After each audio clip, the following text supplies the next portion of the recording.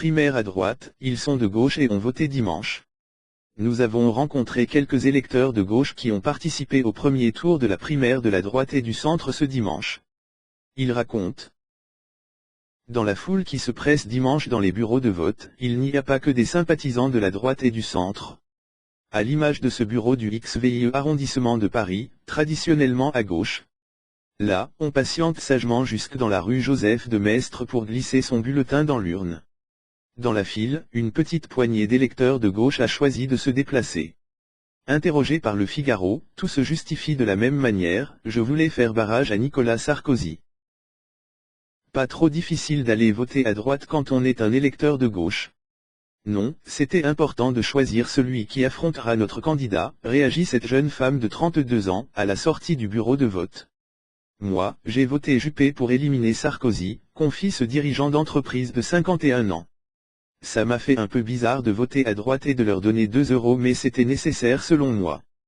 Même sentiment chez cette documentaliste de 58 ans, dans l'isoloir, ça m'a fait un peu mal mais bon. Je l'ai fait pour avoir le choix d'aller voter au second tour de la présidentielle. Signer la charte de la droite et du centre ne leur a pas vraiment posé problème, en fait, vous signez une feuille d'émargement. Finalement, c'est assez indolore, sourit cet ingénieur de 60 ans.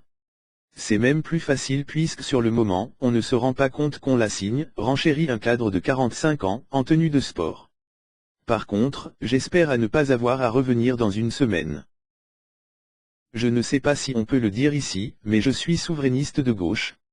Un peu plus loin, rue Houdon, viennent les électeurs qui résident dans les quartiers de Barbès, des Abbesses et de la place Pigalle. Ça m'a un peu surpris de voir autant de monde mais tant mieux, explique Maxime Roch, le président du bureau de vote qui ne sait pas si les citoyens qui se pressentent ici sont de gauche ou de droite. Je ne demande pas. Ce sont ceux qui veulent l'alternance, glisse le jeune homme. Dans la file d'attente, les électeurs de gauche se font discrets, d'autant plus que leurs voisins de droite ne voient pas toujours d'un bon œil leur venue. À partir du moment où ils partagent des valeurs républicaines, oui, mais si c'est pour faire barrage à quelqu'un alors là non, tranche Ulrich, un électeur de droite croisé au Batignolles. Christine, qui vote dans le bureau attenant à la place de Clichy complète, s'il signe n'importe quoi, c'est dommage. Quant à Dany, elle s'emporte, ça mélange tout, ce n'est pas bien, ça risque de déséquilibrer les choses. Delphine, plutôt centriste, n'est pas de cet avis, le vote est ouvert à tous, je trouve ça très bien.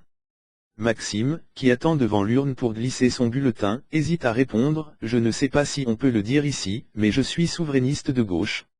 Le jeune homme s'est déplacé, par conviction, pour voter Jean-Frédéric Poisson, car c'est le seul candidat souverainiste. Mais Jeanne, qui attend non loin de lui, recadre aussitôt le débat, je ne vois pas ce qu'ils ont à faire ici, moi je n'irai pas voter à la primaire de gauche. Justement, il y a aussi des électeurs de droite qui iront voter à la primaire de la gauche.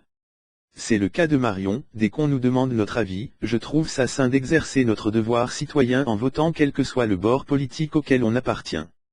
Reste une interrogation, les longues files d'attente devant les bureaux de vote ce dimanche décourageront-ils les moins convaincus? Certains électeurs de droite, hostiles à l'élargissement de la primaire, veulent y croire.